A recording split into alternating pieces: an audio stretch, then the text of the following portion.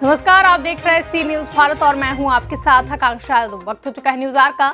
रुक करेंगे खबर की तरफ, जहां खबर राजधानी लखनऊ से है, जहां समाजवादी पार्टी महिला सभा लखनऊ महानगर उपाध्यक्ष विभूति शुक्ला ने उत्तर प्रदेश सरकार के 4 साल के कार्यकाल पर तंज कसते हुए कहा कि मुख्यमंत्री योगी आदित्यनाथ अपने वादों पर खरे नहीं उतरे। उत्तर प्रदेश सरकार को आड़े हाथों लेते हुए सपा नेत्री ने क्या कुछ कहा, आइए देखते हैं हमारे संवाददाता उमेश विश्वकर्मा की एक खास रिपोर्ट। उत्तर प्रदेश सरकार के 4 वर्ष पूरे होने के बाद जहां सरकार के नुमाइंदों द्वारा जनता के बीच सरकार की उपलब्धियों को बताया जा रहा है, वहीं विपक्षी दलों ने सरकार की इन उपलब्धियों को सिर्फ झूठा और बकवास बताया है। इसी क्रम में हमारे साथ समाजवादी पार्टी महिला सभा की नगर उपाध्यक्ष विभूति शुक्ला जी हैं, जिनसे हम बात करेंगे कि इन 4 साल के कार्यकाल में उत्तर प्रदेश के क्या उपलब्धियां रही हैं, उसकी उपलब्धियों से किस तरह ये सहमत हैं। सरकार के 4 साल के कार्यकाल को लेकर क्या कहना चाहेंगे? सरकार के 4 साल के कार्यकाल को लेकर यही कहना चाहेंगे कि उन्होंने कुछ भी नहीं किया इन 4 सालों में। जैसा कि योगी जी ने कहा था कि महिला सुरक्षा उनकी पहली प्राथमिकता होगी, क्योंकि आप एक महिला प्रतिनिधित्व करती हैं महिलाओं का, तो क्या कहना चाहेंगे? ये तो कहने की ज़रूरत ही नहीं है कि उन्होंने महिलाओं के लिए क्या किया, ये आप खुद ही जान रहे हैं, क्योंकि वह खुद किसी महिला के साथ है नहीं, तो उनको महिलाओं की पीड़ाओं के बारे में पता नहीं है। रेप इतने ज़्यादा बढ़ रहे हैं, महिलाओं की पेंशन योजना, दुनिया की चीज़ें महिलाओं की रोक रखी है। महिलाओं को गृहस्थी चलाने के लिए कितनी मुश्किल हो रही है, गैस सिलेंडर महंगे हैं, रेप बढ़ता जा रहा है, कहते हैं पहनावे पे रोक टोक लगाई जा रही है। ये सब चीज़ें महिलाओं के विरुद्ध ही तो कार्य कर रहे हैं, वो महिलाओं के पक्ष की कोई भी बात नहीं कर रहे हैं। जैसा कि आप कहना चाहते हैं कि महिलाओं के लिए सरकार ने कुछ नहीं किया, कुछ भी नहीं किया है, महिलाओं ने सरकार के लिए कुछ भी नहीं किया है। जैसा कि भाजपा सरकार में आने के पहले अपने घोषणा पत्र में वादा किया था कि रोजगार का सृजन करेंगे, नौजवानों को रोजगार देंगे, क्या लगता है कि प्रदेश के नौजवानों को रोजगार मिल गया? मुझे तो नहीं लगता है, और मुझे नहीं लगता है कि हर नौजवान, कहीं आप देख सकते हैं कितना उसने फांसी लगा लिया, रोजगार नहीं रहा उसके पास, खाने की प्रॉब्लम रही, कहीं भी रोजगार की व्यवस्था नहीं रही। उन्होंने खाली देश बेचने का काम किया है, बस अपनी जेब भरी है, खाली झोले लेके आए थे और भरे झोले लेकर के जाएंगे, हमें यही लगता है बस।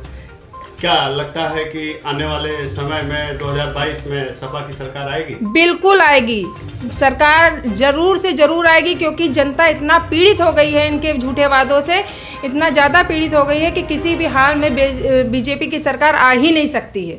क्यों नहीं आ सकती, क्या वजह है? आप देख सकते हैं महिलाओं से जो वादे किए वो सब झूठे रहे, रेप इतने ज़्यादा बढ़ रहे हैं कि बता नहीं सकते। उन्हीं की सरकार के लोगों को बचाया जा रहा है। नौजवानों को नौकरी का वादा किया, वो भी नहीं दिया उन्होंने, नौजवानों को नौकरी का भी नहीं दिया। कहीं कहीं आम जनता यह सोचती है कि रोज़मर्रा की चीज़ें उसको सस्ती मिलती रहे, सरकार घरेलू चीज़ों को सस्ता दामों पर उपलब्ध कराए, तो कहीं कहीं सरकार को अच्छा माना जाता है, किंतु महंगाई चरम पे है। महंगाई चरम पे है, गैस सिलेंडर, पेट्रोल, आम जनता इतना परेशान है इन लोगों से कि उन्होंने कोई भी मतलब जो है सस्ता कुछ है ही नहीं, कह सकते हैं। अब होली का त्यौहार है इस समय, और चीज़ें बहुत महंगी हो चुकी हैं। तेल ले लीजिए, पापड़ ले लीजिए, चिप्स ले लीजिए, सब चीज़ें कैसे लोग आम जनता सिर्फ होली कह रही है कि होली है, बस उसको होली के लिए बस फेस्टिवल है, वो कहीं से भी इस त्यौहार से, फेस्टिवल से कह सकते हैं खुश नहीं, क्योंकि वो जब अपनी सुविधाओं की चीज़ें अवेलेबल नहीं कर पा रहा है, पा नहीं पा रहा है, इतनी महंगाई है, तो इंसान के लिए त्योहारों का कोई महत्व ही नहीं रह गया इसी वजह से। क्या आप कहना चाहते हैं कि जनता की अरमानों की होली जलेगी? बिल्कुल, जनता के अरमानों की ही होली जल रही है, क्योंकि तेल महंगा, पापड़ महंगे, सामान महंगा, तो कहाँ से गृहस्थी चलेगी, कहाँ से महिलाएं सबसे ज़्यादा उससे पीड़ित हैं, महिलाएं सबसे ज़्यादा पीड़ित हैं। जैसा कि पिछली होली कोरोना काल के नाम रहा, लोग कोरोना से त्रस्त रहे, घरों में कैद रहे। इस बार क्या लगता है, लोग होली जैसा कि महंगाई की मार झेल रहे हैं, इसके साथ साथ कोरोना का दूसरी लहर आ पड़ी है, तो आप एक जनप्रतिनिधि होने के नाते इसको किस नज़रिए से देखती हैं? को लेकर किस तरह लोगों को क्या संदेश देना चाहती हैं, किस तरह जागरूक करना चाहती हैं? यही पहले तो बहुत शुभकामनाएं होली की, और क्षेत्रवासियों से बस यही अनुरोध है कि वो कोरोना काल को, पिछले वर्ष जो कोरोना काल उन्होंने बिताया, होली कैद होकर के बिताई, तो बस क्षेत्रवासियों से यही कहना चाहेंगे कि वो इस वर्ष कोरोना काल को ध्यान में रखते हुए लोगों से कहते हैं जनसंपर्क कम करें, जनसंपर्क में रहें, और कहते हैं मास्क लगा करके और डिस्टेंस बना करके ही होली त्यौहार को, फेस्टिवल को अपने सेलिब्रेट करें। बहुत अच्छी बात है, आपने जनता को एक अच्छा संदेश दिया है। इसके साथ साथ मैं ये भी जानना चाहता हूँ कि आगामी चुनाव को लेकर, हालांकि जैसा कि अब पंचायत चुनाव भी सर पे है और इसके बाद 2022 में विधानसभा चुनाव होगा, तो सारे चुनाव को किस नज़रिए से आप देख रही हैं? जिस हिसाब से जनता त्रस्त है, महंगाई की मार का आरोप सभी लोग तो लगा ही रहे हैं, सब लोग देख ही रहे हैं। इसके साथ साथ जितने भी आपकी पार्टी हो या अन्य विपक्षी दल के लोग हों, सभी लोग सरकार के नाकामियों का गाना गा रहे हैं कि सरकार 4 साल में बिल्कुल नाकाम रही है। रोज़गार की समस्या हो तो नौजवान बेरोज़गार हो गए हैं, नौजवानों को रोजी रोटी नहीं मिल रही है, महंगाई की मार अलग से लोग झेल रहे हैं। तो इस तरह कहीं न कहीं आप लोग सरकार को 4 साल में फेल बता रहे हैं। बिल्कुल,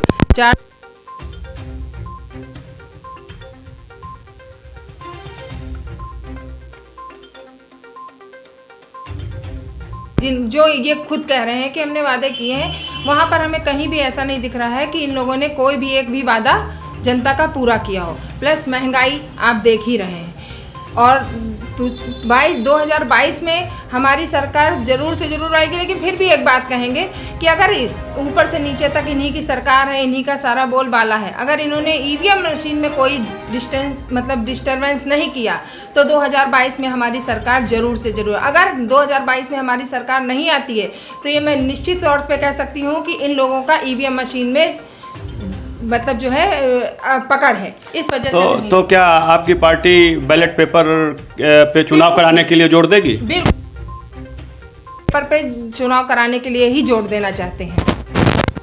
ये थी समाजवादी पार्टी महिला सभा की नगर उपाध्यक्ष विभूति शुक्ला जी, जिन्होंने सरकार के 4 साल के इस कार्यकाल को, जिसे भाजपा के लोग बड़ा महत्वपूर्ण मान रहे हैं और जनता के बीच जा रहे हैं, उपलब्धियां गिना रहे हैं, इन्होंने इन 4 साल के कार्यकाल को बिल्कुल बकवास बताया है। और इस 4 साल के कार्यकाल में इन्होंने कहा कि जो है जनता त्रस्त हो चुकी है, महंगाई की मार झेल रही है, नौजवान बेरोजगार हो रहे हैं। देखने वाली बात यह होगी कि जिस तरह समाजवादी पार्टी के लोग आने वाले समय में सत्ता की चाबी हासिल करने के लिए दिन रात एक किए हुए हैं और सरकार की उपलब्धियों को बकवास बता रहे हैं। देखते हैं कि आने वाले समय में ये लोग किस मुद्दे इसको प्रमुख मुद्दा बनाते हैं, या पूर्व मुख्यमंत्री अखिलेश यादव के विकास कार्यों को लेके जनता के बीच में जाते हैं। ये तो आने वाला समय ही बताएगा। सी न्यूज़ से उमेश विश्वकर्मा। फिलहाल के लिए इस खबर में बस इतना ही। देश और दुनिया की तमाम बड़ी खबरों के लिए देखते रहें सी न्यूज़ भारत।